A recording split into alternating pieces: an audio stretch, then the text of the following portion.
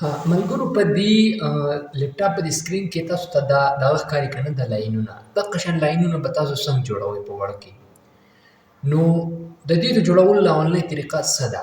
زه تاسو ته نوی پیج رالمه، تاسو ته به اوس پته ولګي چې دا به څنګه جوړوئ.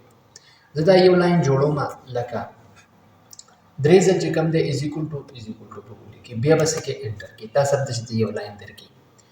بیا چې کوم دی تاله به درې ځل ماینس ماینس ماینس ماینس درې ځل چې کوم دی ماینس تاله به داسې یو لاین درکړي. بیا شفټ سټار چې کوم دی درې ځل ووایي او بیا انټر کړي، نو تاله به داسې لاین درکړي. ټیک شو. بیا شفټ هیش چې کوم دی دا درې ځل ووهي نو او بیا انټر کړي، نو تاله به داسې یو لاین درکړي.